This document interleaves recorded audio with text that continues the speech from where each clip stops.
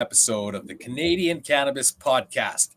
Not your usual episode. If you don't recognize this guy, Joey Brabo, Joey J. Ping Brabo, COO of Respect My Region. The brand y'all become familiar with, me throwing it out up here in the north, throwing on the Respect My Region Canada, and throwing out much love in the North American cannabis industry. All the love and appreciation realistically, Joey, that I think anyone as far as your crew rolls can go. All the appreciation, respect, gratitude, and I don't even know how to introduce someone like you.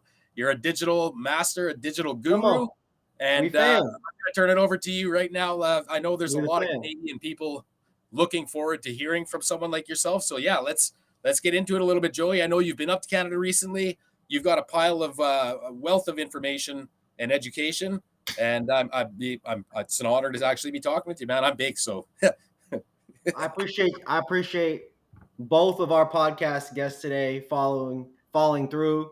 I appreciate the nature of the cannabis industry, and I appreciate your energy and your hosting here today, Jordan. Thank you for riding with us and joining the squad and doing so much to help us help other people and be a platform to other people. So it means a lot to be here with you today. I'm excited. We're at the end of the North American Weed Tour, which means it's time to talk about what the best products in Canada are, right? It's time to chat about what brands are quality, who's worth trying, what, who, where, when, why. So I'm excited because you've been trying a bunch of weed and I've been trying a bunch of weed. So what's the word? What have you been smoking? You were a butt tender for a little bit there. What was the best stuff at your shop? What was the best weed you had where you were? I mean, it's pretty consistent. Coming from, like you've mentioned, I've been able to source out some markets locally at retail on scene through Alberta, Saskatchewan, and Manitoba. That was pretty consistent through 2022. And then, yeah, becoming a bud tender this summer in Winnipeg, absolutely thrilled to take that opportunity on. I didn't really know, not that I didn't know what to expect. I had very open-minded expectations, and branding, quality product, fire product, or however you look at it, was what I had expected. So for me, even engaging our initial hookups and stuff, man, from the way I look at my approach to the cannabis branding and reviewing up here in the north, I find it hard at times to be biased in any kind of way generally. So I do talk to a lot of retailers, a lot of store owners. However, most of them know in those appreciations, I don't generally source out favorite weeds like that. But I mean, it is what it is. So if you look back at the guests on our show, for example, those are a number of reach outs that came specifically from my experience as being a bud tender. And obviously not anything not conflicting. It's either in-person meetings, say territory managers getting a very good insight, information, or connection with some of those brands firsthand, beyond the label generic information email that sometimes can be hard to follow up with, right? So I without narrowing it right down specifically and having to name off too many, I think definitely the series of guests we've represented, the brands that we represented on the Canadian Cannabis Podcast, are a reflection of definitely some of those convenient top shelf brands that are become very familiar with people in those provinces that I've acknowledged. And then also single-handedly, man, Manitoba does produce some pretty top quality product, as well as Alberta, and our growers that we're affiliated with there recently even setting a world record. So, I mean, when it comes to local Manitoba, we're looking at some of that Prairie Trichomes, Natural Earth, of course. Anyone rolling with the Toba squad, Jesse Lavoie and that 8-person crew. And now that pulls in one of the provinces you're appreciating, and that's going to be BC. Pistol in Paris. I've reviewed them on my YouTube channel. I have no problem connecting and looking forward to connecting with them on an episode. You know what I mean? As short listed as we are now. But Uprise out of Alberta, again, setting world records. And then recently, new to market, man, I hit some of that, our affiliation, Mary Jane Manor, Rena Donovan, and Because You Can Cannabis. So they have dropped some top quality, all female owned, owned and operated venture. And not that, you know what I mean? It's a very nostalgic story to the company itself, to that brand. And then when you're hitting 29, 30% THC quality product with an appropriate terpene breakdown, you know what I mean? You're getting, it's banging out. Your ECS, full entourage effect in Sway. So definitely some of those brands, exactly. And then out of the East Coast, man, I've hit Dijkstra, Indiva. I'm going to toss out right on the Yeah. I remember seeing them. Yeah, man. So I know we can definitely bounce that back and forth for sure a lot. Starting to hit the charts with people as far as, again, the respect and appreciation for Respect My Region, and then be wanting to become affiliated and come up to the north and having that almost like that cape, man. I like to I even look at it like that, you know what I mean? That blanket of comfort and affiliation that people can attach you're with. real big. You're real big on supporting the local stuff, right? People that you physically know, people that you get to hear the story. And I appreciate that, because that's how we came up, in Seattle, was we supported the people that were for sale at the shelves, on the shelves that I was working at, at the dispensary as a bud tender, right? And so your initial layer of who you know becomes that. Now, this is what was exciting about collaborating with you on the Canadian Cannabis Podcast, was we knew that I was going to figure out some way to get all up into Canada and buy my own weed and try my own shit and figure out who's the best. I'm like, all right, you live here? What's good? You live there? What's up? Okay, you're over here in the big city in Ontario and Toronto? What's up then? Okay, cool. So, Jordan, if you had to pick and just name the brand names only, who are the 3 best brands in Manitoba right now? It can be flower, beverage, edibles, whoever. Who are the 3 most prominent brands you see delivering quality product in Manitoba, Canada? Natural Earth, certainly. Prairie Trichomes for sure, man. They're rolling out some heavy hitting stuff. And then vape carts specifically, Highway 59, man. Like they rock out some very clean distillate, very heavy hitting, reasonably priced. You can't go wrong anytime with any 3 of those products. Guaranteed, I know right now, out of Manitoba, you're going to rock your socks off, man. I love it. Now, I went to British Columbia first. I went to a city called Castlegar. We drove from Spokane north. We made sure to stop in Castlegar. We visited 2 dispensaries. I bought drinks. I bought edibles. I bought flour. And I went to Shambhala Music Festival and was out there in the wilderness camping and doing music festival life. And I was smoking fire. Yeah. I was smoking fire. I was smoking BLK Market, Black Market, their Basio, Gelato 41. I haven't tried it, man, but it sounds fabulous. You've been hearing me. It's on hit the YouTube for the review, everybody. We play no games. I smoked Ghost Drops, super sick branding, phenomenal weed as well. Black Market, Ghost Drops, top tier. I bought cookies in Canada. I can't wait. People talk shit on cookies. People talk real shit on cookies. Jordan, what did I tell you about that cookies weed? Fire, man. Like I can't, like, just the branding, you got to think about it. I have not been able to get I'm in Manitoba, so I know it's over in Ontario. I have a relative who did message out through this campaigning that we've been doing, saying that, and when I asked her specifically, what are 5 retailers I could possibly connect with that, and cookies was on her top 3 right off the bat. She shops there. And so but the branding from the US side up here to Canada, it is a different bag. It's like, I can't wait to fucking try it, man. And I'm up here in middle of Canada, waiting in Canada for it to, you know what I mean? But I can see the quality of effect. Cookies, it's the same product. It's the same strains. Is it the same quality? No. But here's the deal, everybody. Newsflash. The weed is different everywhere. You got different growers. You got different conditions. You got different microclimates. I do not expect to smoke the same caliber of cookies in Colorado or in some mountainous region or in Nevada where it's desert and dry as I would in Seattle or LA or the Bay or Toronto, etc.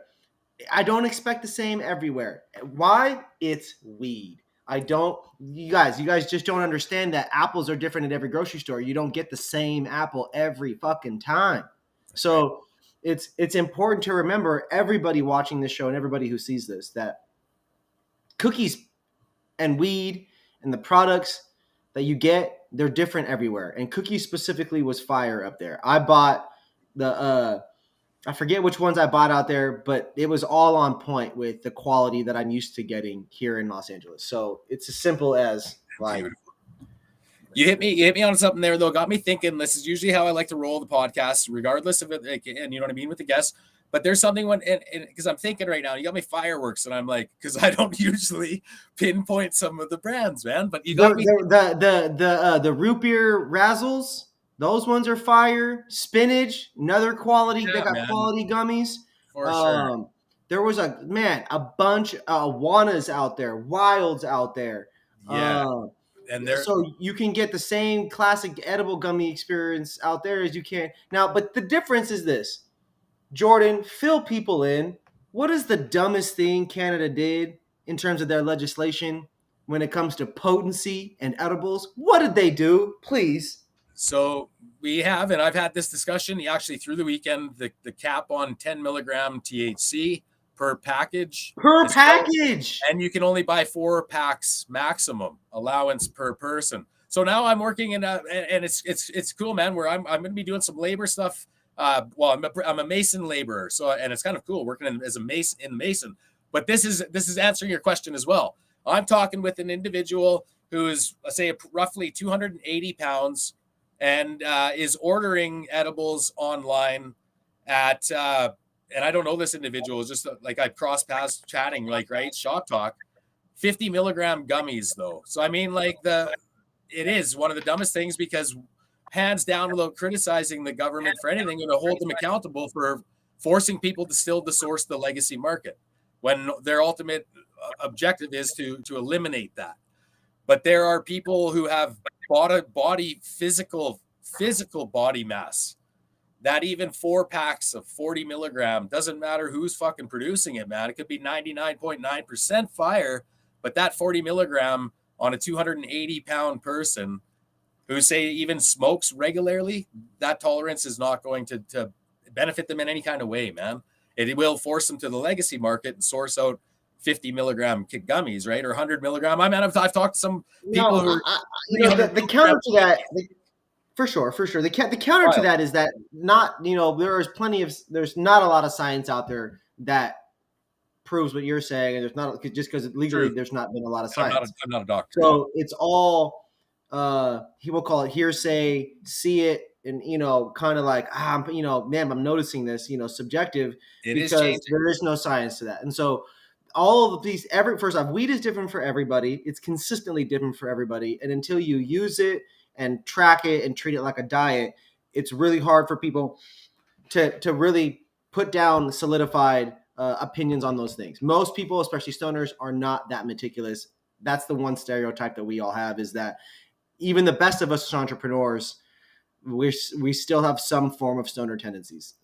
There's someone there. There's something there. So, yeah.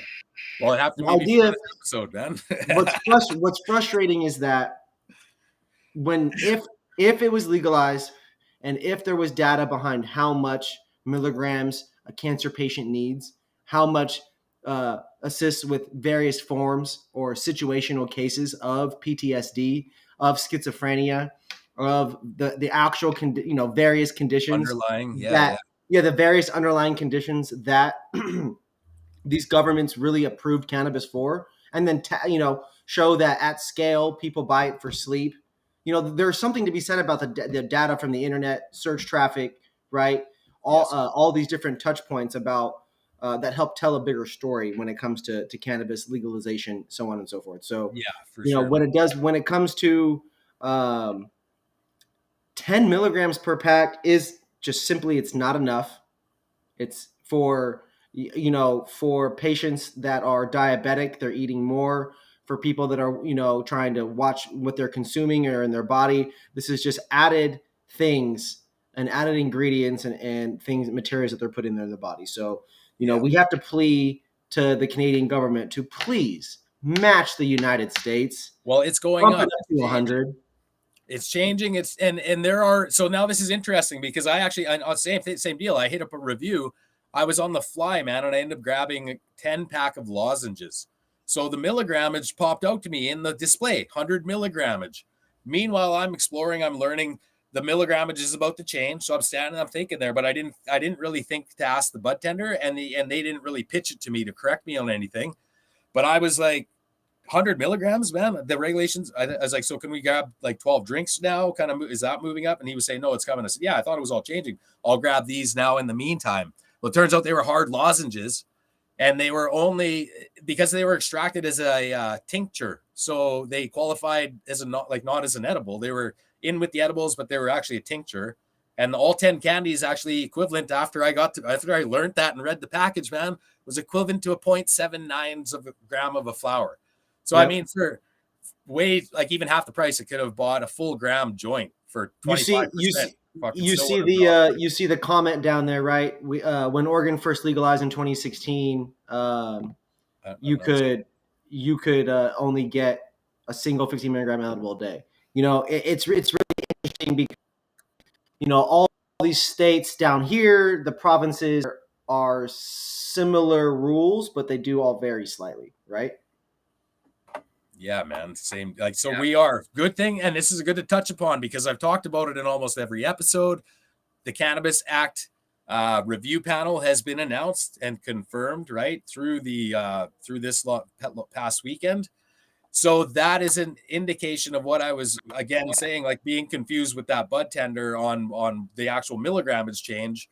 But that's signatory of right now of those being some of those reviews going under. So the discussion up in Canada is that we're soon going to be able to purchase up to 12 drinks, like a 12 pack, right? Or beyond, or a couple, or say however they come out, It'll be all based on the milligrams. Right. Like this drink right here is only 10 milligrams total, 5 THC, 5 CBD. And that's standard. It's pretty standard up here. Like it is, and again, to each their own, depends how they hit or not. But it does seem like an overbearing safe measure.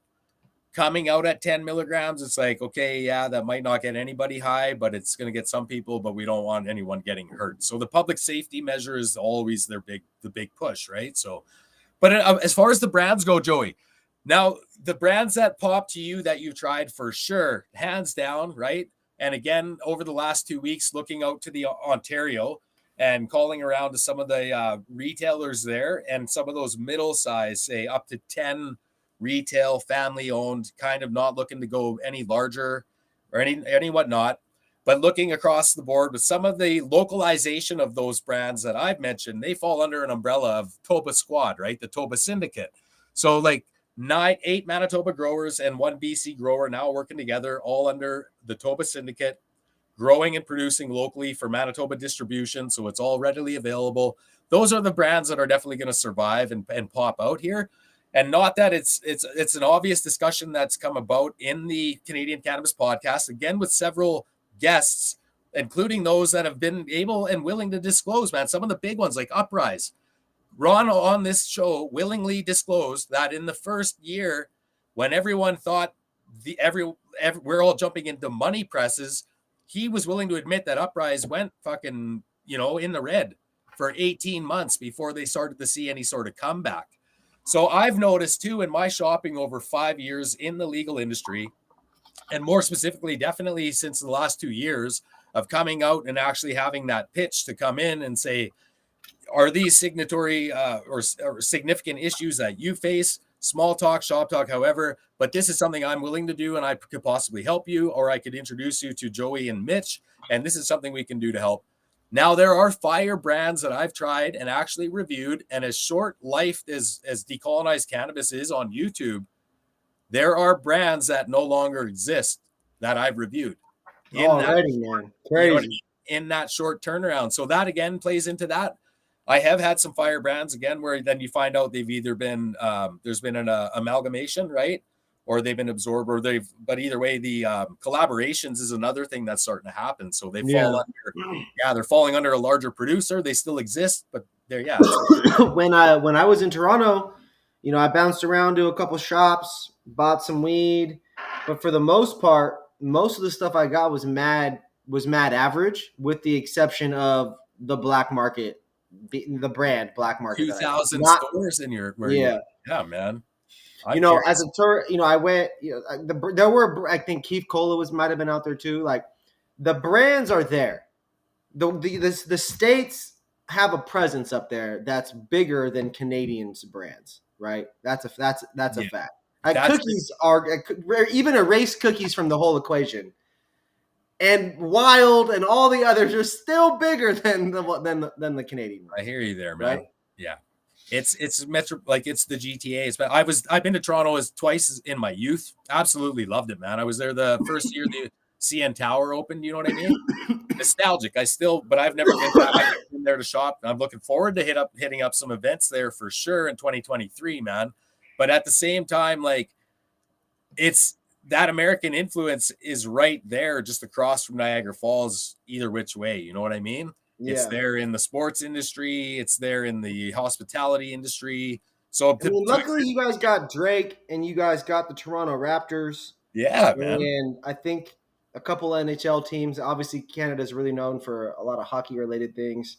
Your guys' Canadian Football League is always it's on ESPN like at least twice or three times a year, just for some really crazy snow highlights. Now, do you mean football like in the English terms, like the whoop ass I watched today? Canada took a 4-1 loss in the World Cup. That's football. To us, that's soccer. Soccer, dude. We'll talk World Cup in a like you're talking World Cup now, like which shout out the U.S. and England, setting some crazy viewership, which was wild. We have another question from the same gentleman, Nick, over here, asking if he's had any dry stuff from D420K, some amazing dry sifted melt. When I was up there, here's the deal on the Canadian market and also the market on the East Coast.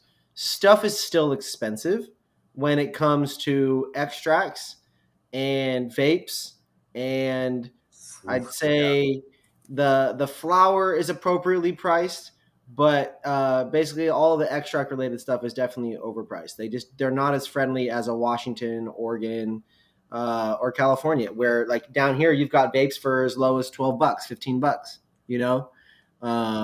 And no disrespect to these companies, like they're supposed to follow the rules in terms of heavy metals and pesticides. California is supposed to be pretty strict about that in terms of like being more strict than Washington with the requirements. So it's like, all right, so if the product's like safe everywhere, right?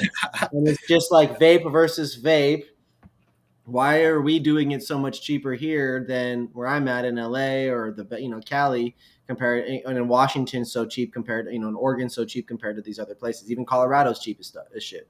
So yeah.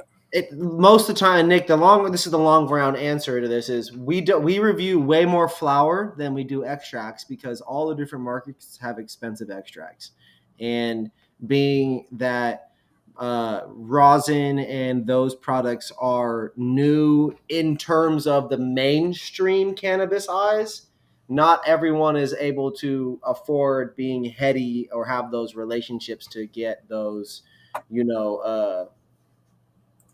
those dry sift rosin, types of products. Now, cured rosin is getting affordable, but for the most part, everything else is rightfully going to be a little bit more pricey. So we're reviewing way more flower than we are extracts. Unless it's like, I always have some cheap fucking, there's always, some midsy dabs that people are pushing, some batter, right? What does dabs go for out there, Jordan?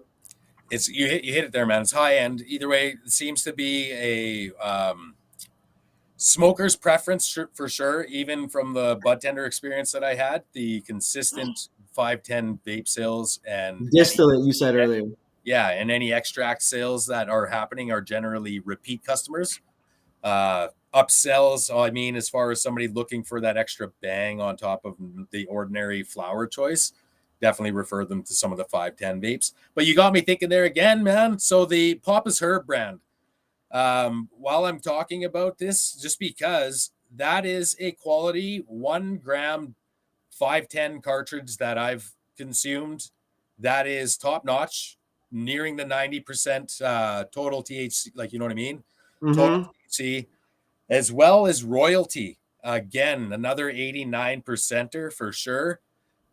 1 grammer, and both of those products are in under $40, right? So That's a deal. they're game changers. Now, what I find interesting because of our dialogue here, Papa's Herb is an international brand. Originates from Miami, out of the U.S. I was introduced to them originally while I was exploring California. yeah, man. I was exploring the Alberta industry, ran into Choom Cannabis I got lost in Calgary one day, and following my Google. Don't take me wrong, I'm not that crazy of a Canuck, but I was The having number one vape in Canada is the Ninja Fruit. and who's the brand? Ness. Ness is clean. So we're looking at Yeah. like Bazam Management there and they're local in Winnipeg too, man. Ness is a very, very clean, very reasonably priced flower. I have never actually tried their vapes. I didn't realize they sold vapes. I'm not even gonna lie, but they always have very nice, clean flower. I've sampled flower from their territory rep as well. So I mean, very clean flower all the time. Now I know they have vape tips, very good. But also, yeah, man, I'm gonna tell you, like, either way, that international. So Choom, it turns out, is an international brand. I learned all about that in Alberta, dude. And Barack Obama has shareholder capacity in the Choom brand. And then I learned about Papa's Herb there. But as far as that build up and where we're at for time and everything, like, let's look at some of that, Joey. The international, you guys dropped some flower in the US, which is phenomenal. As far as making moves, the build up, the short story form, like your build up with respect to my region over 7 years, is it? If is it correct? Say from start to finish with you and Mitch, but to hitting No, those goals. we're at 12. We're at 12 right now, and then 7 in the cannabis industry here. In about October of this next year will be 7 years in cannabis, which is crazy. Time really flies. So I mean, like, but the accomplishment alone, man, because you think about it, when I was a guest 2 years ago on the North American Weed Tour, the slight discussion of international market then was still almost like the stereotype was still there of the legalization and not like, oh, we're talking about overseas or over like crossing borders. But at the same time, exploring the discussion of what that international market would look like, the buildup of what Respect My Region was doing then at the time of taking, like, starting to hit to the top of the charts as far as the marketing branding goes, popping out on LinkedIn, kind of starting to have that domain presence, as I would say, looking and even sparking my attention and motivating, like, fuck, man, I'm going to try to do some of this here, but I want to get like some blessings in doing that. And then those discussions on looking at 2 years ahead, dropping flower product and introducing these new ideas in the market and hopefully having industry shifts and changes. And now all of a sudden, right, man, like, we're going to be kicking off 2023 soon. Respect My Region Canada seems like a more of a legit entity, and you guys have dropped product in the US. So it's like, we have had guests on this show who are we working on Canada too. We working on Canada too. It's just a matter of building out relationships. You know, yeah, you know, and for you know, a lot of people try to do things authentic, and they got to try to be authentic. We just do stuff, and by doing things however we do it and get it done, it just happens. We put a little bit of energy into making sure stuff looks cool, into stuff sounding a certain way, or like saying no to certain things that we don't want to be a part of, that may not fit with the right vibe or the right energy or whatever, you know, or the right whatever they stand for may not be, you know, in alignment with us, whatever it is, right? So, you know, I don't, you know, Canada timeline has always just been on like, all right, when we find, well, you know, we're gonna cover and do what we do in the U.S. and we're gonna cover and do that in Canada and put a dedicated effort into that, and you're our partner for that, which has been a wonderful experience. It's awesome, man. And now we're really trying to do the similar thing, you know, around the world with covering local culture. You know, we're trying to bring people on right now. We're just trying to bring people on to cover our bases and do a better job of what we currently are doing. and get more effective there and whatnot. We need support at the end of the day from people. We need people to share our articles and read it. We need people, with any kind of marketing budget who want to get in front of consumers. We need your guys' support. We need some advertising dollars. It's just how that works. We want to do more content. These podcasts, there's a lot of real estate, to show things and to talk about certain stuff and to brand it out. So it's like we're trying to just continue to build the products that we want, from the videos like this to the merchandise and, all the way to the weed products like I have right here, right? We've got the Respect My Region Legacy Smalls, 7-gram Smalls, right? Available here in California. And then we've got, I don't know how much of this is left in Washington, but we've got the Respect My Region times House of Cultivar collab. This was a pheno hunted project. So, we're looking to collaborate with different farms. We're looking to put out fire, and we're looking to put out some affordable fire as well. We really like the 7-gram Smalls model. We really like the pheno hunted curated strain limited release model. And we really like collaborating with people that are killing it in their areas. So, big shout out to our partners here to create the Dedication OG. Big shout out to the Cure Company. Big shout out to Ember Valley with the current flower that we're running on top of the Cure Company. In addition to, we also shout out to House of Cultivar and their seed project. Super, super impressive what they're doing over in the Cultivar fam. Shout out to, the Canadian fam. Shout out to the Massachusetts fam, the Arizona fam. We working on getting weed. Right now, our top 3 places that we're really focusing on getting weed products created are Massachusetts, Arizona, and Canada. We're really putting a lot of effort into Massachusetts and Arizona, but and Canada is a continuing conversation. But it's just tricky. It's a tricky situation. We don't even necessarily know how to navigate all that yet, and so we're just trying to learn and take it day by day. It's beautiful. It's a beautiful thing. And the timing is good, man. Like I said, the cannabis. There's a lot of great cultivators out here, man. Big shout out to the cultivators in all these states. Big shout out to the cultivators putting out fire and partnering with brands and giving people a chance to do dope shit, man. And again, for me, this video is all about what's the best weed products and brands. I went into 2 provinces on both sides, and my brands that I recommend are Cookies, Black Market, Ghost Drops. Repeatedly stood out, repeatedly recommended. I bought it, I tried it, I smoked it. I'm a fan, and I recommend that shit for sure. Edible wise, I definitely recommend the Wild. I definitely recommend those root beer, those gummies I was telling you about, the Rousels. There's like a spiced peach gummy too. I'm not sure about that one. There was a let me go on YouTube real quick. Wana was another edible popping out too that you were mentioning. Spiced peach gummy review. Respect My Region. One sec. I'm gonna tell you what it is. What was it? The Rad Razzlers. The Rad Razzlers are crazy. I believe the Coca-Cola one that they have, crazy. The spiced peach cobbler one, crazy. You feel me? So for cannabis, those edibles, fire. I also did. I'm pretty sure I did a couple drinks too. What's the main sodas that's out there, bro? Well, most stores are carrying, like, you're gonna find Tweed. I like Raz Partners. Did you hit the Raz Partners? I drank a soda and a stubby glass bottle.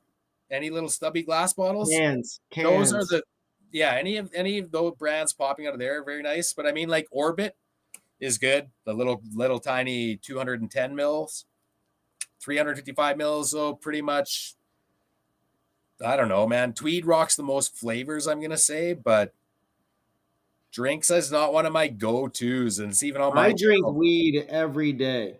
I don't know. I'm particular. I like to mix it up a little bit. I like to blend. I'll have a drink. Green Monkey's out there, right? Who? Yeah, Green Monkey's out there. That one's delicious. That's I definitely co-sign Green Monkey. I'm looking at the other ones real quick. Where else? I see you saying with Bedfellows, man. That's the brand. Check out Bedfellows. They're a Coors collaboration. So the quality of drink they put out is quenching and absolutely satisfying. I've hit 3 of their flavors, I think, like for sure on my reviews, but very consistent, man. Not like, and it's in a nice little stubby glass. Green Monkey's one of my top drinks in all of cannabis. It's the best flavored soda in my opinion. It doesn't have a shit ton of sugar in it like Keef does.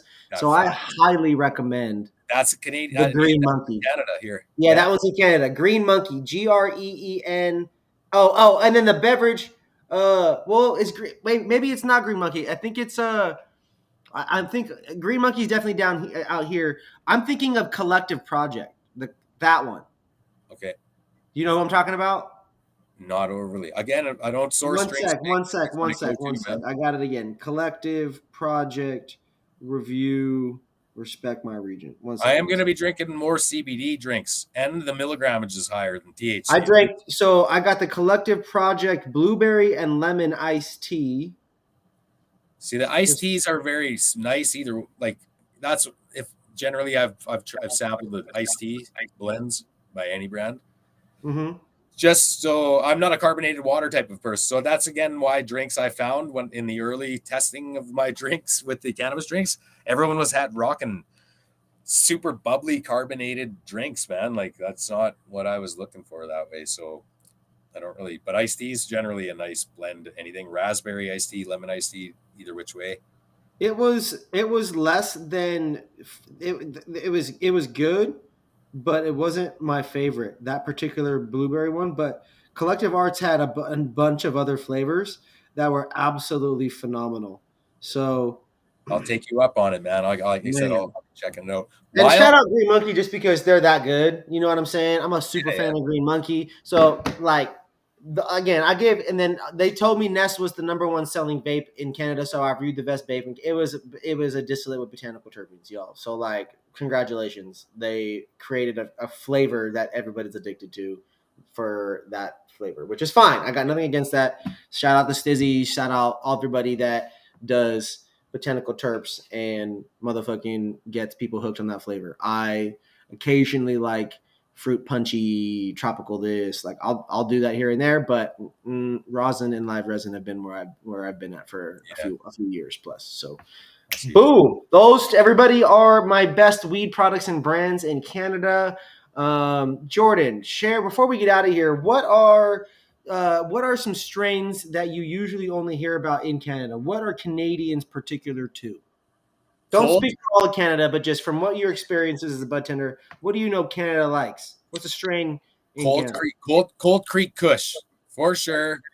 It's kind of like a treat. I find when you do come across it, you might have to pay a little more top dollar, but it has a very nostalgic historical story to it, coming out of like the Okanagan, right? Like out of BC and in Alberta, that area either way. But it's got a very consistent, rich, just high quality flower, man. Like dank, sticky, even, you know what I mean? Coming from a retail, generally it's sticky and fresh. So our regulations did change originally. Like when we were first could actually pick up the can and look at everything. Now you can't do that. You just see otherwise, the purple Jelena is another common strain. I found a number of brands definitely rocked it hard through spring into summer, winter into spring kind of deal earlier this year. Mm-hmm. Lots of brands. And Chem 91, man. Chem 91 is another. Obviously, there are brands who are rocking it, skyrocketing with it. There are brands, though, like generally that anyone, it's a good quality. It's a quality product either which way. Cold Creek Kush, man. All right, that's a new one. I like it. I've never heard of that one. So make sure that we get linked up on that, bro, because I'm trying to smoke that when I come through next time. So I'm going to throw you another one because I just hit it, man. This Blue Glue Kush. Blue Dream crossed with Gorilla Glue. I did a review of it. Now that's from Because You Can. Serena Donovan was a guest on our show here. Yeah. And I was fortunate to try a sampler of it. And they're two of my favorite strains, hands down, regardless. But her and her daughters did a phenomenal job on that Blue Glue Kush. That's another, it's going to be for sure a favorite. then there's some product drops I'm aware of right now that are going to be coming to Canada around Christmas. I might be able to share some of that information on our final episode of 2022, but that shit is going to definitely take people to cloud 9, man. Like world record setting. I love it. I love it. There's some really good. There's some really good. There's some really good product out there, man. Like when Canada's market, the flower, everything's improving. You know, MJ BizCon just happened. Talk to more people from Canada out there. Yeah, in Canada twice this year. You got a pulse on the culture for the legislation changes, for what's going on. You got a lot of homies that are at all these different brands out there. So we appreciate what you do, man. I thank you for having me on. And filling in. Shout out again to our guests. Big love and respect to every one of our guests on the Canadian Cannabis Podcast. We really appreciate you guys for riding with us. This was the North American Weed Tour. It's only our second year doing this. Next year, we're doing the International Weed Tour, so I hope you guys are ready. Jordan's going to be talking to people from around the world. We're going to be setting up guests from around the world and trying to navigate. And we might have episodes streaming at 4:30 in the morning. You guys don't even know what do we got to do to stream to Barcelona right now? Denmark, Denmark, Amsterdam, Germany, let's go. So big shout out and again, thank you everybody for hanging out with us, man. We really appreciate it and love you all. It's been a long time, 12 years. A lot more to come.